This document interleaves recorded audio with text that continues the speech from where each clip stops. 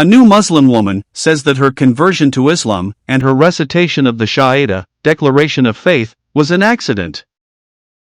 How did that happen, you may ask? So at that time, I was in a very confusing mental place and I was having a lot of issues going on at home.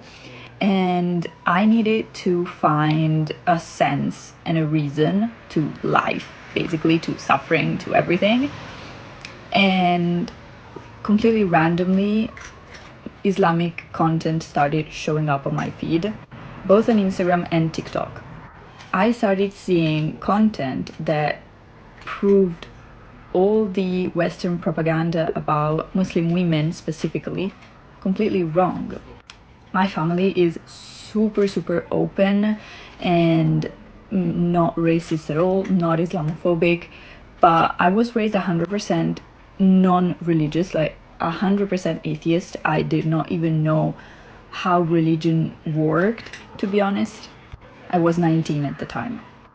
And my family, again, is not Islamophobic, but my mom is pretty much against organized religions, not spirituality, but the use of religion to control people, you know. So we never really had religious talks at home. She's atheist. I was always pulled out of class when we would have religion hour at school. So I really had no idea how religion worked, any religion. But again, Islamic content started showing up, and all the propaganda that I had seen on TV and that I've heard from my classmates and stuff like that was being proven wrong, because the general idea was that Muslim women were oppressed, okay? And I started seeing so many beautiful and happy Muslim women on my feed, just being normal girls, and I got curious. So I started looking into Islam more, but finding information was not easy, to be honest. I don't know if it was a me problem or not, but all the information that I could find online was either using terms that I had no idea what they were, or they were directly in Arabic, and so it was nearly impossible for me to understand what I was trying to understand. And especially around practice itself, prayer and stuff like that, I could not find information for dear life. I would watch some videos on TikTok, but I barely understood what was going on. And so I was very fascinated by Islam, but I did not know how it worked. I did not understand the fundamental things of it.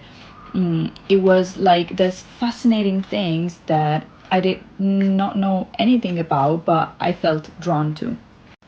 And so I did not want to become a religious person. I was pretty much against religion at the time. Again, not spirituality, just like my mom. But I was not very fond of religion itself. And again, I had never, ever believed in a God. The concept of faith was something absolutely foreign to me. But I wanted to learn more. And so at the time, my great grandmother had a woman helping her because she was very old, and so she needed someone to take care of her. And the woman that we hired is Moroccan. She's from Morocco and she's Muslim. And so I decided to ask her if she could explain the basics to me, because I wanted to understand. Obviously, I'm talking about Islam. But the thing is, she doesn't speak much Italian and I speak no Darija at all. She didn't speak English, and so the language barrier was there. Okay, we could understand each other, we could have a basic conversation, but long story short, she doesn't have the, again, linguistic tools to explain to me the core of Islam. So what she does, and I'm very grateful for it, she shows me how to pray. She shows me a couple times, and she's not able to translate what the words mean. She just shows me the movement, and she tells me to go there with her and do it with her. She tells me, go wash yourself. I did not know how, so I went to the bathroom and I just washed my face. She told me to wrap a scarf around my head and to wear a long skirt, and I just wore normal clothes, a long skirt that I had and a scarf on my head, and we used her prayer mat horizontally so we could both bow down, and she just told me to mimic what she was doing, basically. And again, I had no idea what was going on. I just listened to this woman speak in a language that I had no clue about. I did not know what she was saying, and I just tried to mimic the movements that she was making. And here is where the misunderstanding happened, because a few days later, she told me that since it was Ramadan, it was Ramadan 2021, I think, 2022. I'll check. Anyways, it was Ramadan and it was close to Laylatul Qadr. So she told me there's gonna be a big party in the mosque, in the masjid, and if you want to come, so you can, feel close to the community, see how it feels, get to know people your age, maybe get to talk to someone who can explain a little better. And that was what I understood. I was gonna go there, observe, and see how it felt. I think she understood that I was gonna revert, and that's where the misunderstanding happened. So we get there we get there before dinner with a friend of hers, another woman. Also, she didn't speak much Italian, so I found myself in a car in the back seat with two women, Moroccan women, just speaking Darija with each other. And driving me to a place I had never been before. It was kind of confusing and a little bit overwhelming because I did not understand anything of what was going on.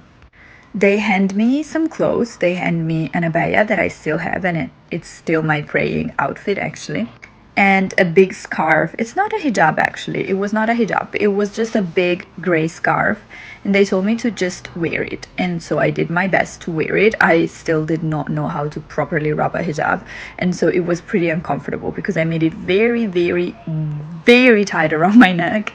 I did not know I was supposed to wear it for the whole night. We arrive at the masjid. I have no idea what's going on because I thought we were going to go after dinner. So I did not know why we were there before dinner. But again, we did not speak the same language. I did not know how to ask what was going on, and they couldn't have explained it to me. Long story short, we get there, the imam is waiting for me. Probably they told him that I was going to revert. And so he greeted me and he took me to his studio, his office, and he started asking me a bunch of questions about myself, and I did not understand what was going on. I thought he just wanted to get to know me.